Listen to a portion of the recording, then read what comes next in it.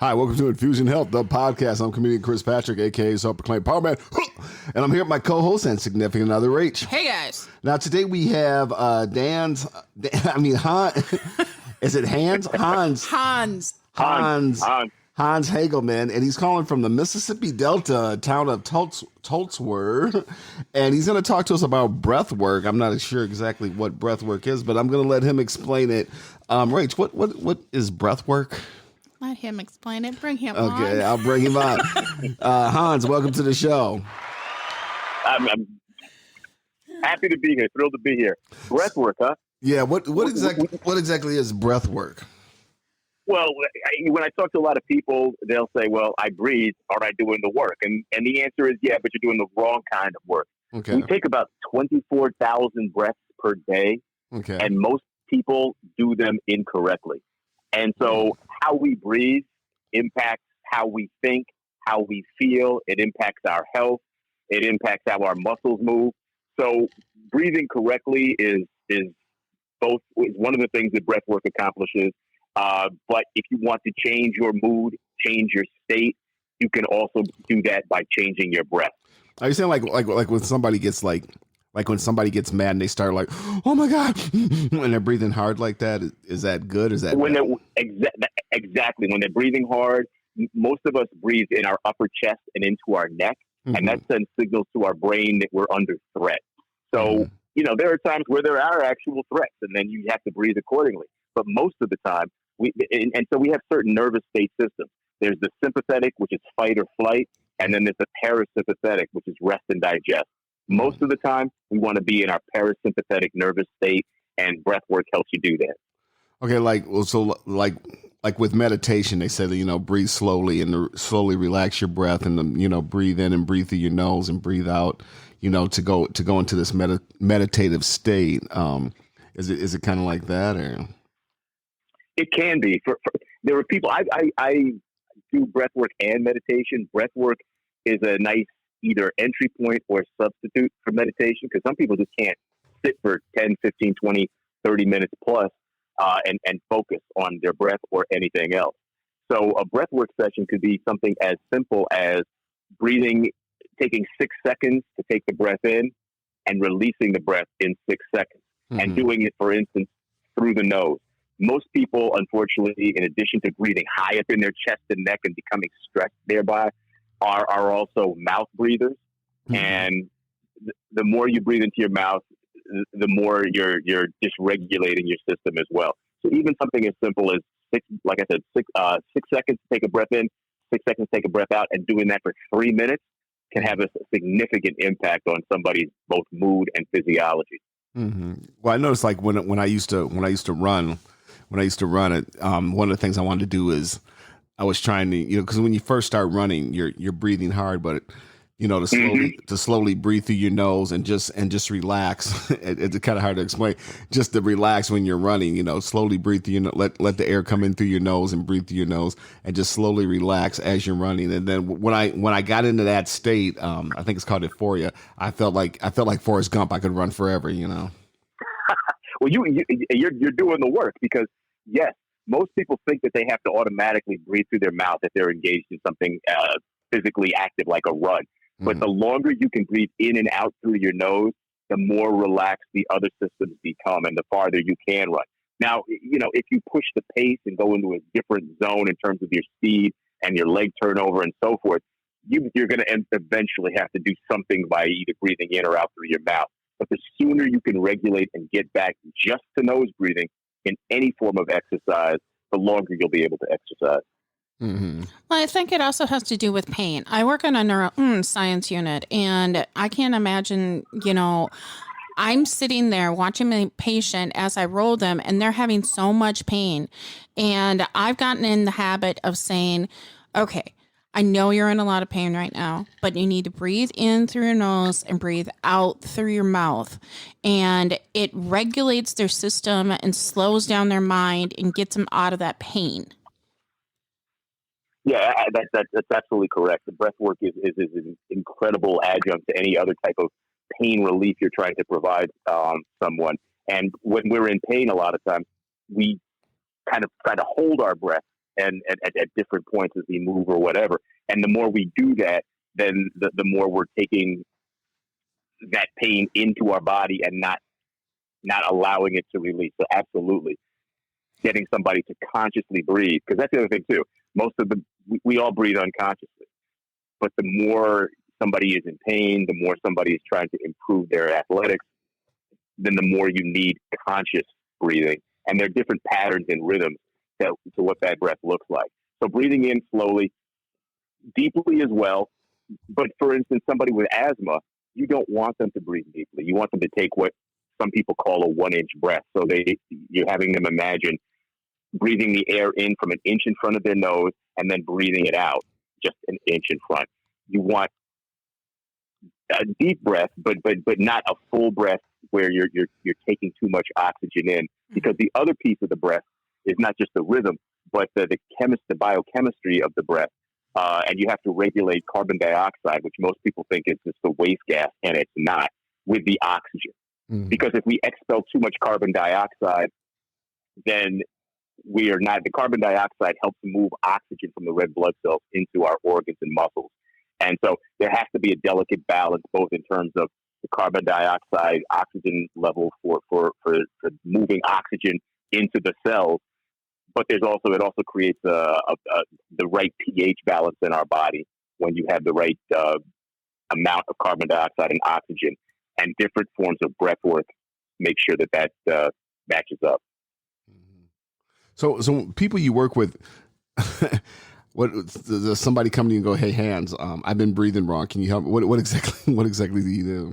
No, they never identify it as that. So people will come to me for other things, just in terms of performance issues.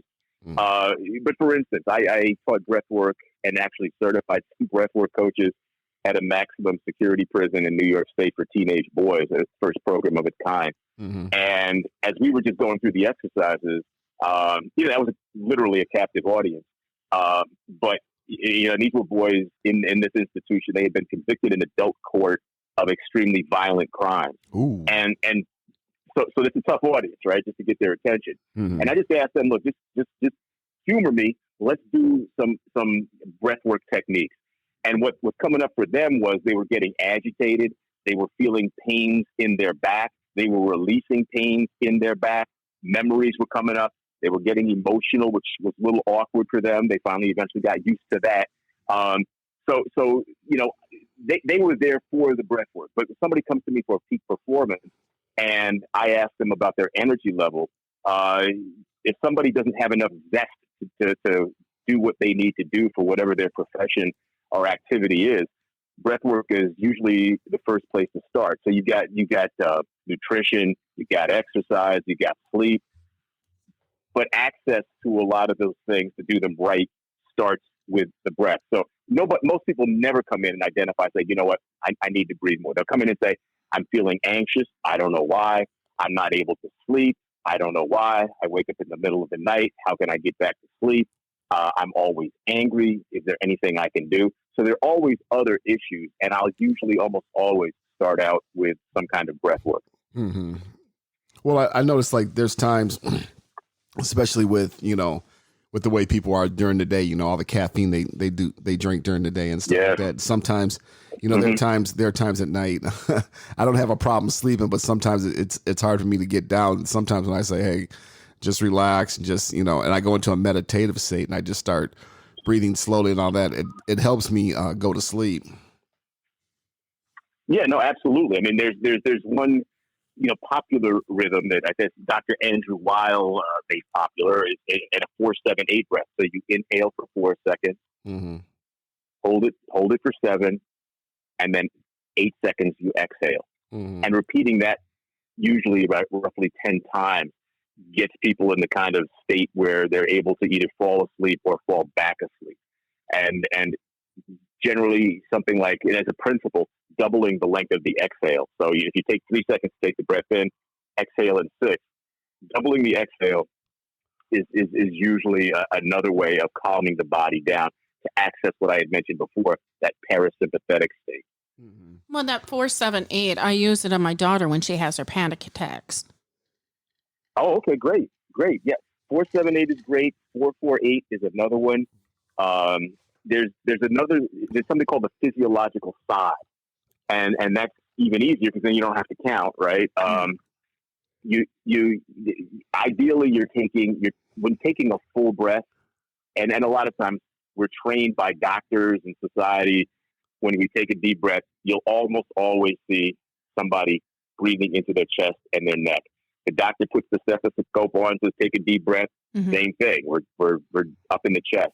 But a full breath will start in the diaphragm, move into the middle, and then finish, in the upper chest and neck if necessary. The physiological sigh, and this is research based. You start in the abdomen, so it's first breath in, then complete a full breath so that you're filling the entire cavity, and then you sigh. You exhale with a sigh. So it's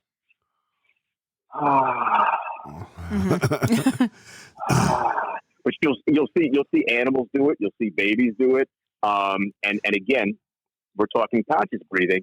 If you get somebody to consciously do that 3-part breath, the 2 parts taking it in and then releasing, just letting it drop out with a sigh, you'll get the relaxation quality that you need. And again, just doing that in the course of a day, you find yourself a little stressed, a little tense, somebody's having a panic attack. Get them to do that 3 to 5 times. It's going to make a big difference. It's funny that I do that without even thinking, because I'll be running around the unit without, and everybody's like, yeah, exactly, Rachel. Right after I sigh, they're like, right, Rachel, right now. Yep. Well, so yeah, I mean, and that's good. I mean, you're doing it naturally, and ideally, the next step will be to do it consciously, so that any time you find a particular trigger, or you're feeling tense, or a thought intrudes, you'll just default to a physiological sigh, or again doubling your exhale, or the 4-7-8, 4-4-8. Box breathing is another big one that's been popularized by the military and first responders. And so you think of a box of with 4 seconds at the top, 4 seconds on the side, 4 seconds on the bottom, 4 seconds on the other side. 4 seconds inhale, hold for 4 seconds, exhale for 4 seconds, hold once the breath is all out for 4 seconds, and you complete that box. That's again often used in the military.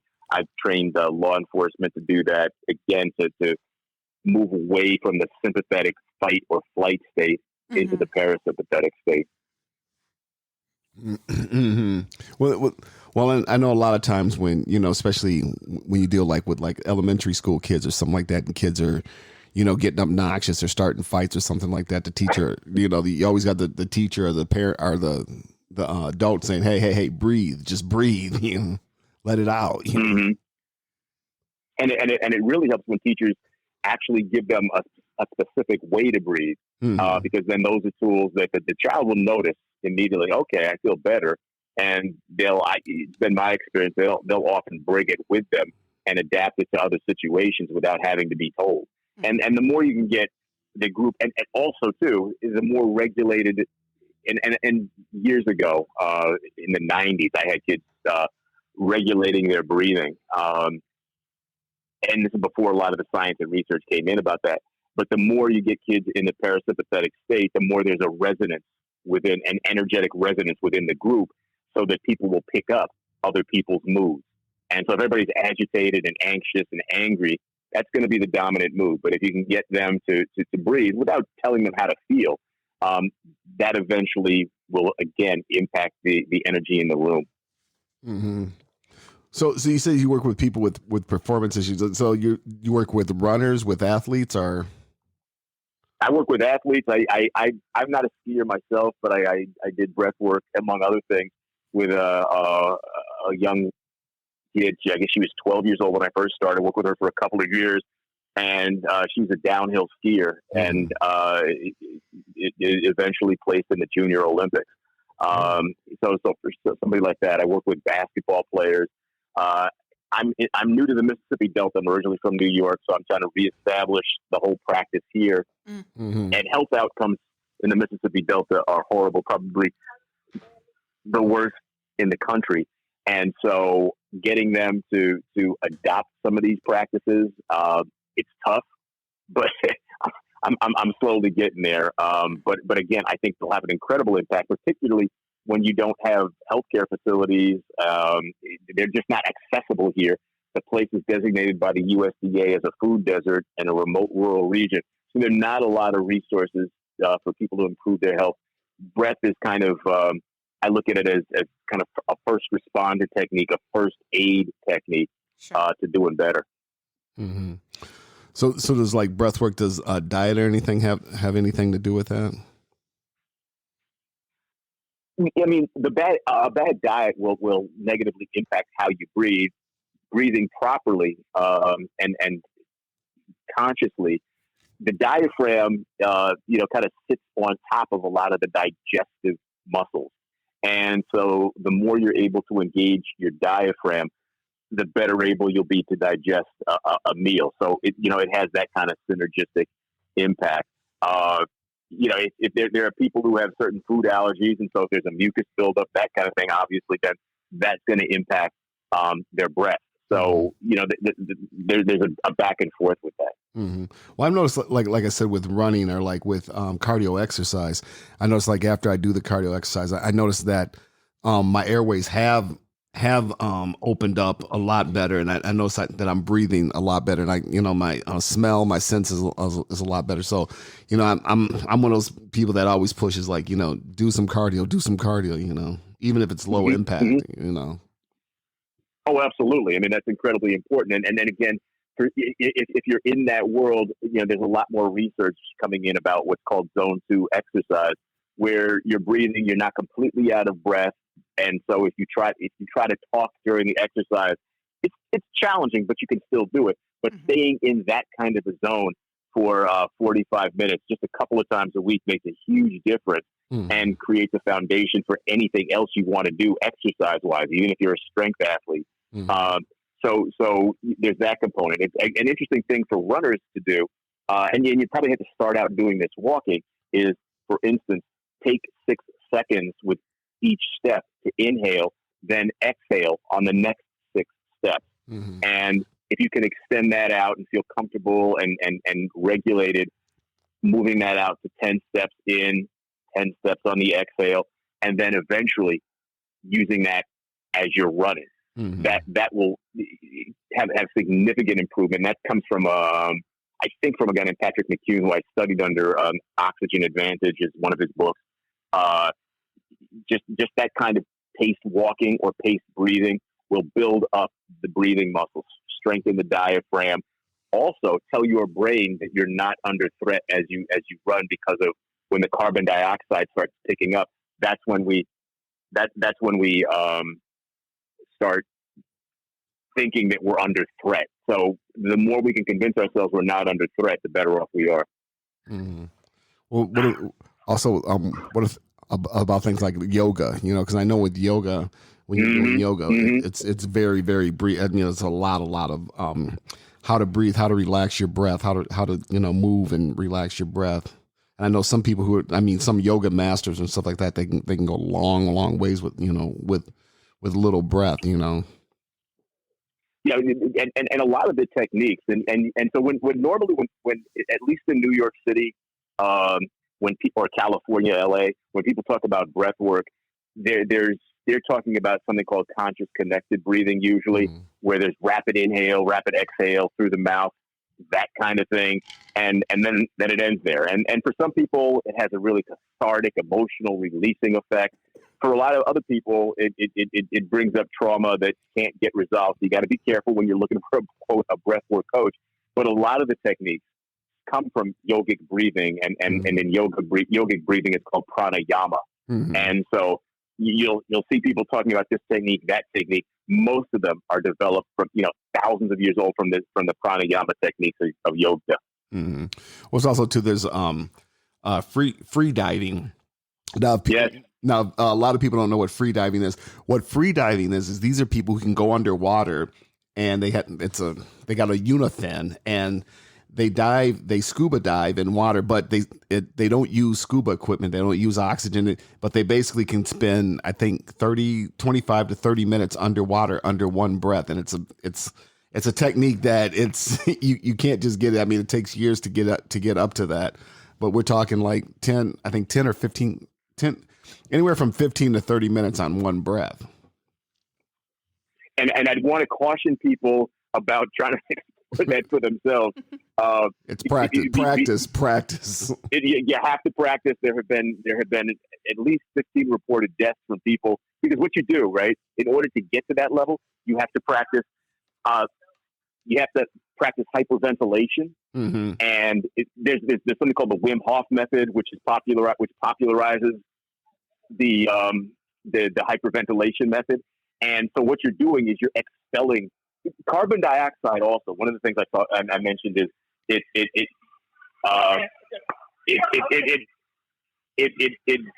tells us if we're, hold on one second. It tells us if we're breathing, if we're in danger of losing oxygen. Mm-hmm. And it's kind of a wake up call, an emergency call. Mm-hmm. And so if we completely expel carbon dioxide, then the brain thinks we're safe and okay. Mm-hmm. And it sends the wrong signal, and then you don't have the reflex to breathe. And so that then creates a problem, and then people end up drowning. Mm-hmm. So you have to be really careful with the hyperventilation method. Yeah. So, and definitely practice. And to tell the listeners out there, the noise in the background, you're at a youth center right now? Yeah, I'm at a youth center right now. Yes. Okay, so the listeners like probably, what's all that noise? Yeah, we don't do editing on here. We're always going on it. It's all natural, and I'm breathing through it. I think it's important to say to the people that have mental health issues that it's important mm-hmm. to start with breath work. Because before you have a panic attack, it's all caught up in the moment of not being able to get oxygen. But if you work on your breath work, then your panic attacks will lessen because you're already breathing. That's right. That's absolutely right. And so getting people to be aware of the triggers that cause those panic attacks, or to hold their breath. And the more you hold your breath, the more again, it's that carbon dioxide oxygen exchange that creates a cascading effect. So the more people can notice their triggers and then get into a short pattern, like we talked about, the physiologic sigh, the box breathing, the 4-7-8, the better off they'll be. Mm-hmm. Well, that's one of the things too, like with lifting, and we all do this, especially when you're bench pressing, and a guy will come up, I'll be at the gym and a guy will come up and say, yeah, can you spot me? And he's doing, 200, 300 pounds, or 250 pounds bench pressing, and he's trying to get 5 reps. He gets to 4 reps, and all of a sudden, and it's subconsciously, we start to hold our breath and go. And one of the things I learned reading stuff like the Encyclopedia of Bodybuilding with Arnold Schwarzenegger is like, let the air out. So now when I started doing that, I'm like, oh, okay. So I'll be spotting somebody and he'll be like holding his breath. I'm like, no, let the air out. Breathe. And as soon as they open that air, the weight, most of the times they can get the weight more up. I said, yeah, you got to let that air out. Do not hold your breath, Yeah, no, it's a delicate dance, because to a certain extent you have to hold for a period of time because you're bracing and holding the breath braces the core. But at some point you then have to expel it to complete the repetition. Mm-hmm. Mm-hmm. Exactly. So a lot of times, like I said, they hold that breath. I'm like, let that air out. Let your air out. Breathe. Breathe. Pump it. Right. But we get in that subconscious, like, I gotta hold my breath. You're struggling. Like, it's like, no, let the air out. Let the air out. Mm-hmm. And that's why no matter what you're doing, wherever the breath enters in, it's always good to keep in mind that you want to be conscious about your breath, and conscious breathing is maybe the first principle. Mm-hmm. Mm-hmm. Yeah, and also too, when like Rachel said, people get stressed out and you're doing stuff. It's high intense? you could be a waitress. Mm-hmm. You could be a waitress, and it's high intense. People want their food. You're running food out. You're doing this. And Yes, sometimes yeah. it helps. Maybe take a minute or so and just go in a corner and just breathe. Just let the air out. Just relax and. Yeah, no, finding those times is incredibly important. And even at the end of the day, there are people who are still wound up from that kind of an experience and don't have a system or a method for winding down. And it's important that you do. Mm-hmm. Mm-hmm. So what are some right now, if people listening to this saying, hey, you know what, I want to start on some breathing exercises, what are ways to get started on breathing exercises, our relaxation exercises, and we all know about meditation, we all know about yoga, but what are something you could do? Like, I'm watching TV, how can I learn to control my breath or work on my breathing? Notice how the air is coming in and going out. Notice as it's coming in, the coolness. Notice as it's going out, the warmth. Notice how you're being supported by wherever you're sitting or standing. Pay attention to where the breath is expanding, where it's contracting. You can work on the muscles, which is also good, so that you're kind of arching your back on an inhale and then coming down, rounding your back on the exhale. So not only are you improving the breathing muscles, you're also moving your spine and working on your spine. You can do the 6 in, 6 out pattern that I mentioned as a practice. That's a heart coherence breath, so that you're getting your breathing in tune with what the messages the heart is sending, because the heart sends more messages to the brain than the brain sends to the heart. And so that heart coherence is also incredibly important. Being aware of the thoughts that are coming up as you take a breath. Notice if those thoughts change depending on the pattern that you're breathing with. And then again, playing with some of the patterns that I mentioned, the box breathing, the physiological sigh. There's more advanced techniques like alternate nose breathing, alternate nostril breathing that you'd have to, readily available on the internet to find that out. But something as simple as the physiological sigh, if people were to do that for 3 to 5 minutes, it would make a huge difference. That alone. And nobody has to notice. You don't have to have a huge, loud, get out of here kind of sigh.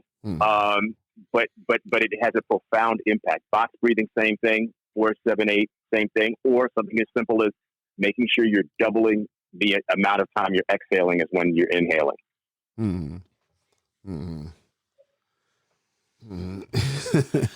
Chris is getting tired. No, I'm not getting tired. I was just thinking. I'm telling you, we got 5 recording today. But then, oh no! I don't know how you do that. So then you're gonna need to do some more up tempo breathing, which is in and out through the mouth, and then hold the breath at the top for 30 seconds. Exhale, hold the breath for 30 seconds. But some up tempo breathing will get you livened up for the rest of the interview. So you're telling me you don't need to drink caffeine if you do that up? I drink a lot of caffeine because it has its own brain boosting effects. So I'm not going to be the one to tell you that. But upregulated breathing can actually take the place of caffeine for people who, for whatever reason, have a particular sensitivity to it. Very cool. Yeah, well, I noticed like when I do, I start a new ab workout and it has been working. The results of my abs are looking really good. But I noticed like when I do planks, when I first started doing planks, I was like, struggling because you got to hold it for a minute. But then when I realized that, hey, you know what, the more I did it, the more I start to learn to relax, the more I start to use my mind and my breathing, that it doesn't hurt as bad. Long as and also to add with. Good. Long as I centering, long as I got centered, And when you're doing that, just as an added thing to something like plank, also focus on breathing through your back, expanding the ribs in the back, because most people's rib cages get really tight. So that prevents you from taking a full breath. So as you're sitting there in the plank, making those other adjustments that you mentioned, also imagine the breath coming in through the back and out through the back, and seeing if you can get those ribs to move as well. Very cool. Well, this has been an interesting conversation. Definitely with breathing, because a lot of people aren't aware of this. So if there's some way they want to get a hold of you, or a website or something, you got a book out or. Well, I have a book on mental toughness, which mentions some breathing, and it's called Gamer Strong, which they can get on Amazon. But then also HansHagermanCoaching.com. Okay. And I'm putting together an ebook, which you'll find there that talks about some of the breathing techniques I mentioned. Well, it's a PDF, the multi-page PDF, which people will be able to get for free. Okay. And Rachel will have that in the show notes? Yep, I will. Well, Hans, thanks a lot for this podcast. Like I said, learned a lot, and I'll let Rach close us out. All right, you guys. Again, Thank you. of course. We're come to an end, and whether you're just in the stress of it, whether it be working out, life changes, life itself, or just having some mental health issues, learn to breathe consciously. Have a great one. Take it easy.